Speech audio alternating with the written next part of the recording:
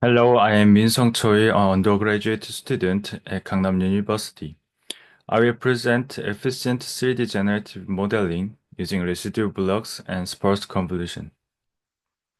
The presentation will proceed in the following order: introduction, previous method, proposed method, experiment and research, and conclusion. First, let me give you an introduction. Recently, the demand for content creation has become important, according to mass media and trends. For this reason, it was necessary to be able to produce a variety of content efficiently. Among these, 3D data is an important element in game and animation production. This 3D data is a distribution of vertices, and data features can be expressed as a distribution. Through VA, new data can be created through interpolation of data distribution. However, the original VA is too slow and inefficient for learning and generating 3D data. To make up for these shortcomings, the main goal of this paper is to make learning better by using residual block layers and to improve learning speed by using sparse convolution calculation methods. Next is previous method. VA is a model that generates data based on probability distribution. Data is input into the VA encoder and mapped into the latent space. In this process, the future of the data are extracted and the data is compressed and expressed as a latent vector. Restore the vectors in the latent space back to their original data form. This process may also generate new data. Additionally, VA can perform interpolation on latent vectors to transform the data and create new data. Next, I will explain residual blocks and sparse convolution. The core idea of the residual block is to use a skip connection which has the result of transforming input data to the input data itself. The residual block simply learns the difference between input and output. This helps the network learn only simple change rather than the trying complex transformation at the beginning of training. Because it learns simply residuals, the initial learning speed is faster and the network only needs to learn additional change. Skip connection pass the input as is to the output, minimizing information loss even as the depth of the network increases. Sparse convolution is an efficient convolution method used when the input data is sparse and mostly zero. Operates only on non-zero active allocation in the data, speed up calculation by omitting calculations for unnecessary zero values. It can be run effectively even when the data density is low, such as point cloud in 3D space. The purpose of this study is to optimize the VA layer, enabling the efficient running and generation of 3D data. Figure 3 shows this process as a block diagram. First, load the OFF 3D dataset and map this data to 3D vertex grid data. Normalize the data to better run vertex data.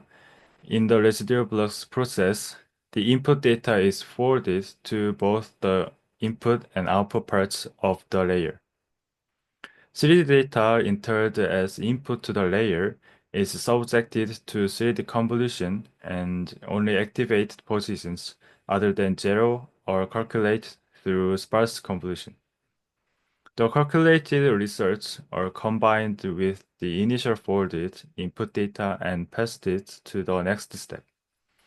The latent vector of data created in this way can be used to create new 3D data through a decoder. To explain the process proposed in this study mathematically, first, the original data I is changed into a 3D grid value through GI and normalized.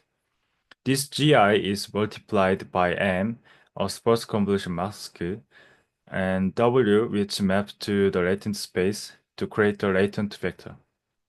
Finally, the initial input data is added through the residual blocks process to create a latent vector. The potential vector created in this way can be created as new data through a decoder. Using the calculation method described previously, generate 3D data and evaluate it qualitatively and quantitatively.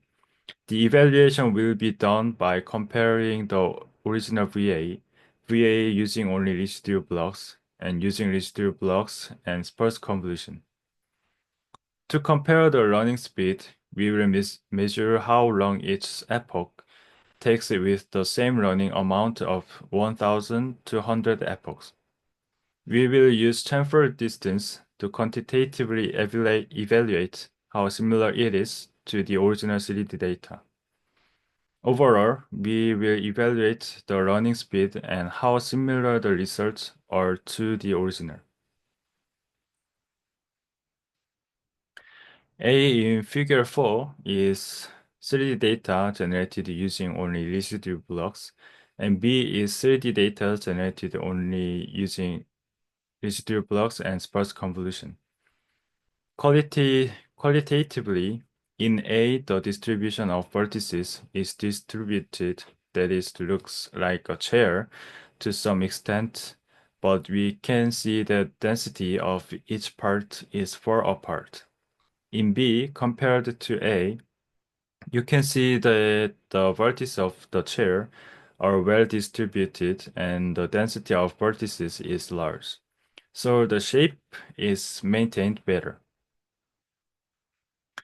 Next, we try out each VAE, evaluate the time taken per epoch, and use chamfer distance to quantitatively assess the degree of similarity. Running was fastest when the original VA was used, and the model using residual blocks and sparse convolution was trained faster than the model using only residual blocks. The chamfer distance score calculates the difference in the distributions of vertices. So lower value indicates a better score.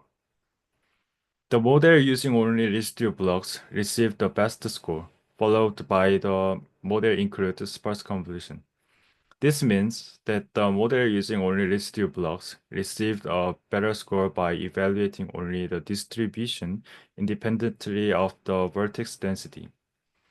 Therefore, visually, the model using sparse convolution looks better, but when evaluated using chamfer distance, the model using only residual blocks receive a better score.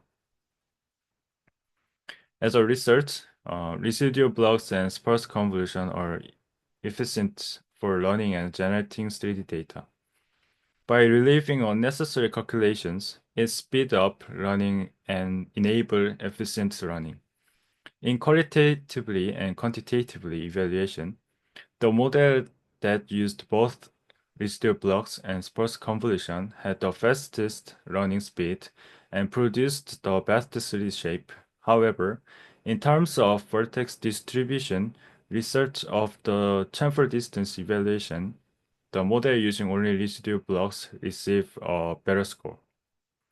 The method proposed in this study can be used as a useful tool for generating new 3D data.